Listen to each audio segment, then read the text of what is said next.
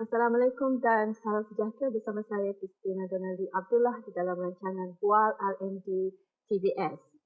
Sarawak memang terkenal dengan alam semula jadi hutan hujan tropika yang menakjubkan sering menjadi tumpuan para pelancong dan juga pertanian. Peristiwa jerebu yang sering dikaitkan dengan pembalakan hutan dan pencemaran udara menjadi isu hangat yang harus ditangani. Bersama saya Dr Lulie Melling pada hari ini daripada Sarawak Tropical Peat Research Institute akan mengupas lebih lanjut berkenaan dengan perkara ini. Welcome Dr Lulie. How are you today? Fine? Yes.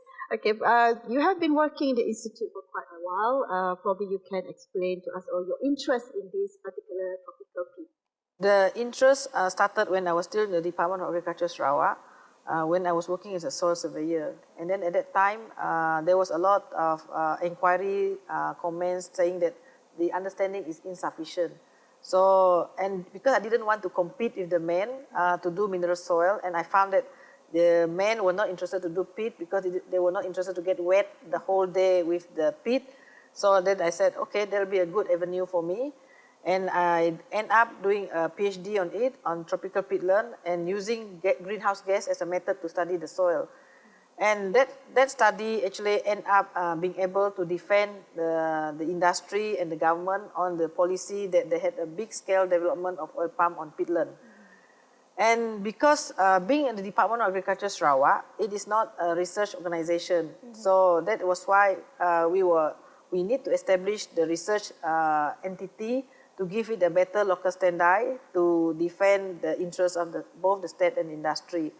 And with this commitment, it also shows that the Sarawak government is using scientific and empirical data as the basis for the formulation of the state land use policy. Yeah. So that was how it was established. Right. Yeah. The background of this Sarawak trophy being Yes, established. yes, yeah. So probably now, I believe that Doctor have many research projects over in that particular institute. So probably you can elaborate a little bit on some of the projects that you guys have been doing. Yeah. So when we started on the work, there was a change of the goalpost by the NGOs because they were saying that the PhD work that I did, which was saying that the greenhouse gas emission, especially carbon dioxide, from the forest was actually higher than oil palm, meaning that there was nothing negative about it. So they changed the goalpost and said that, oh, that is not good enough because it was on a small scale. We want a bigger scale experiment. So with a bigger scale experiment, we need the budget. And we managed to get the budget from the federal government, approved by the Prime Minister then, this Najib government, and they gave us the money through the Ministry of Plantation Industries. And with that budget, we were able to establish in 2010 three 40-meter eco-variance tower, which are located in Betong, two in Betong, because one is in Maludam National Park and one in Cebu in the oil palm plantation. So actually, we are the first one to build 3 towers at one time on tropical peatland in the world. And this was supposed to generate the scientific empirical data and carry out the comprehensive analysis to formulate a science-based land use policy. And this gives us the global image on the commitment of both the Sarawak government and industry on the responsible use of the tropical peatland. Yeah. I see. So there's a lot of projects that is actually that you guys are trying to do and established before, right? So it is also been acknowledged by the international body on this particular research. Yes. Probably Dr. Lulie can elaborate more on what are the other research that you guys are also in the pipeline. Yeah, actually through this flux tower study, Sarawak then became part of the global network in generating the scientific empirical data, especially in relation to climate change. So whatever data that we are generating now, it is for the state and national agencies to report to the Intergovernmental Panel for Climate Change, whereby we will develop the adaptation and mitigation methods for impact of development. And we also, with this, we are also looking into research on how to optimize the utilization, make sure that it minimizes environmental impact so that whatever it is the land we are having now can still be used by our future generation to develop economic impact. Yes. Right. So from this research, you come up with a lot of write-up, publication. You also work together with the International Institute, right? Yes, currently we are working very closely with a few universities and research institutes in Japan, and also with the NASA group in US, and also some of the universities in US. Actually, we are also being approached by the Temasek Foundation and the Singapore group, but we can't overcommit because our resources are limited, because we do not outsource the research, we do it together, because as we do the research, we build the capacity and the capability of our own Sarawakian people. Right, I see. I also believe that you have graduated few PhD students on this particular project, right? Yeah, currently we have managed to produce about 7 PhDs, and most of them are all sponsored by the Japanese government and also by the industry. Okay, so these at least one from your research students having the PhD with the government scholarship. Yes. We have managed to have one.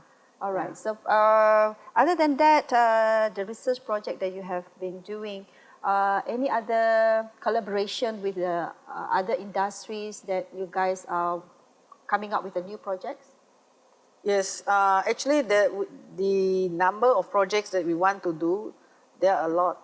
But we have limitation because we do not have enough Sarawakian who are really interested to do research. Because of the commitment that is required. One is that some may like to be committed on the research, but the challenges they are facing is the language. They do not have a high command of English, because all the works of the international, all the research works need to be of international level, and it's all done in English. Right. Okay, we will explore more on this Sarawak trophy after this short break. We continue our discussion with Dr. Lulie Melling on the Sarawak trophy. So probably Doctor can elaborate on the impact of the research and development on the social economy, especially in Sarawak. Yeah, a lot of people do not realize about the impact of the R&D towards the Sarawak economy. Actually, we have managed to increase the production of the oil palm by Sarawak from 10% to more than 20% of Malaysia's CPO production, our export. And we have managed to increase the export revenue from 10 billion per year to about 20 billion. And this export value is actually very high because of the oil palm timber industry has gone down to about 5 billion. And we have managed to increase the sales tax for Sarawak, which is a direct income to the state, and we are earning about 500 million per year. Yes. So this is a very big impact which a lot of people don't realize. And then it has greatly improved the rural development, because at one time there was a big hoo-ha about the rural-urban migration. And with this development in the oil palm industry, it has managed to slow down that movement. And there's also it has increased the employment opportunities to the local community. And the one most very important, which a lot didn't realize, is that we have managed to prevent pit fire and haze for Sarawak, as compared to Indonesia, that until the Jabatan Perdana Menteri came up with an article posted on the Academy Science Malaysia front page, pit science save Sarawak. So we become the example now for these particular countries, Yes. on this particular Actually, Indonesia came out with a CNN news to say that Indonesia perlu pelajari daripada Malaysia. It's because of your very good research on that particular area. How is this the penerimaan, the community around that you actually go to the rural area, right? The Sarawak area. Actually, we have organized a few conferences to give people on the research update, and we have a lot of foreigners who attend. It become an international meeting, and it's always a full house meeting. That's number one. Number two, after we do the conferences, we will approach all the different plantation and go down to the ground and give them another round of tutorial. And then we do demonstration in the field on how they can develop and manage their peatland for oil palm production. Yes. I see. So during this MCO period, digital, you'll be using digital as webinars and things like that. For the international meetings, yes, we have been using webinar, especially with the Temasek group, with the National University of Singapore, and also the other international organizations on relation to forestry and peatland. But that is more for international discussion. But going down on advisory work to the industry, we have limit on that, and actually it's very important. But on our research, we still go down to the field because we cannot have a gap in the sampling for the data. So, Doctor, what is the highest achievement that we would like to know in this research and development in Sarawak Tropika, and also yourself, highest achievement? Yeah, that is a bit tricky question because highest is in science is a very subjective thing because in the 10-year journey, we have achieved a lot, both for Tropi and the state, because we are proud to say that we have been able to develop science made in Sarawak and also science made by Sarawakian, because we don't outsource our work. So in all those work that we have done, we've been able to achieve global recognition in the fact that in 2016, we are able to host the Peatland Congress, and it was the first time in Asia away from Europe. And then in 2018, I was able to become an executive board member to the International Peat Society. And in 2021, we will be hosting the Asia Flux meetings. Yeah. It's going to be next year. Yes. And then in terms of publication, as of last year, we can consider ourselves based on the number of researchers in our organization. We can say that we are one of the highest group for Malaysia. Yeah. Tremendous work and tremendous achievement by your group and also your project. We'll come back after the break, more with Dr. Lulie Melling. We come back again with Dr. Lulie Melling on the Sarawak Tropika. Probably Doctor can conclude the whole topic that we have said just now. Yeah, okay. I think we need to think about how to go forward about this peatland research for Sarawak. I think it's very important that we have more Sarawakian to be willing to commit on this peatland research, because there's still a lot of misunderstanding about what is the peat about, and if we don't understand, we will not be able to know how to manage it, because it's not something that you can apply from the textbook. And on top of that, it's very important to have continuity on the research, because it's very hard to start the work, and we have already managed to establish a lot of the infrastructure on the research. So with all this infrastructure, it is now for us to continue with the R&D, so that at the same time we are able to put Sarawak on the global image of our commitment to do the work. And it's very important that this R&D has a full support of both the state and the industry. Now, our industry is not that big, but the impact of the industry is big. So in order to have a better R&D, we really need the support of the government. And it is very important that whatever we do, it is for the future. But generally, sometimes because it is a very silo job, very dry job, people find that it is not appetizing, But a lot of times they do not realize that via research is a passport to the global platform, that you can have international interaction with everybody around the world. So as compared to some jobs. So this is the thing that people don't realize. And the other thing about being a researcher, there's a lot of freedom of exploration, and there's no limit to exploration. And actually, the excitement on research is actually a lot. It's just that you need to try, and once you try, you will unlimited excitement. And also the interest, yeah? You have to be interested. You must have the interest, and then it's not a job, because it's a vocation, whereby you must have continuous reading, continuous evaluation and analysis of the work. And with it, like what we are trying to do now in Tropi, as we develop the first echelon, we're now moving into the second echelon. And we're also trying to do the succession plan for the research for Sarawak. Yes. I see. What about the facilities and the equipment? Do you have enough of that? Currently, we are considered having one of the best research facilities in Southeast Asia in relation to peat research. Yes, so we are well recognized even by the Temasek Group and also by NASA. Because the other thing that's very important in research is the integrity of the work, and the credibility of the people. This is very, very important, because it's very hard to earn that credibility on science.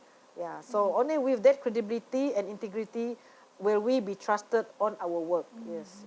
So apart from the outcome from the research, you will do publication and publish more on the papers. Do we also do patent or copyright on certain of the outcome? Yes, a lot of time people ask me why didn't I patent the work. But to me, patent means is a personal income. Of course, sometimes they do say that it is for the organization, but because of the urgency of the work that we were doing to support the industry and the state, so whatever findings that we had, we just announce it and give it back straight to the industry, because by having the industry being able to perform well and having high productivity is an income to the state. And also the other trickling effect is, of course, it creates jobs and economic benefit to the state. So I think that is better than patent, because patent takes time and it delays the output being taken by the people. So that's why we don't do it yet. But maybe in the future for other research. How do you usually tackle the young scientists? Do you have any strategy on that? Actually, that's a very, very interesting question. How do we tackle the young people? People complain about all this millennium, everything. But to me, all these people were the output of softy parents. Parents who did not want to take responsibility on parenting. So they dangle the carrot, all the time. It's like, if you do well, this is what I'll give to you. They always give an offer. So that is why now you find that when people come for research, for interview, they will ask organization, what do I get when I do this? Excuse me, it should be, what can you contribute? Because whatever you contribute, that is the result. It's your own personal thing. Because research, the beauty about research is about yourself. Whatever you do is a challenge to yourself to be able to be competitive in the international forum. So, and whatever you do is your legacy. Because all the publication is under your name. Until your grandchildren, they will see your name in the scientific world. And then that is for personal gain. But in terms of the state, they will have work that is reported based on the state. So at the moment, what we are doing now in Tropi has become a nation pride. It has gone beyond the wall of Sarawak, gone beyond the wall of Malaysia. We are so proud of that. So with that, you can tackle the young people or the young scientists, but at the end of the day, they demand from you a few things. But the interesting thing is that sometimes now, if the young researchers are interested, the parents don't agree, because to them is that, why should we give you a university education, and yet you go to the jungle to do your work? They cannot imagine their children getting dirty, and they cannot imagine the children working long hours. So those are the challenges that's going on now. Right. So we have to educate the parents then. Apart from the students, we do have university students that also embark into research and development, and they are happy with their works, and they publish also with the supervisors and things like that. So this is the conclusion of Sarawak Trophy that we have. So people out there will understand the objective and the mission and vision of the Sarawak Tropi, right, Doctor? Yes. You have been working so hard in that particular institute. Yeah, but I think what is important for today is that for Sarawakian to realize that they have an organization that is on an international platform that has been able to bring the pride of Sarawak.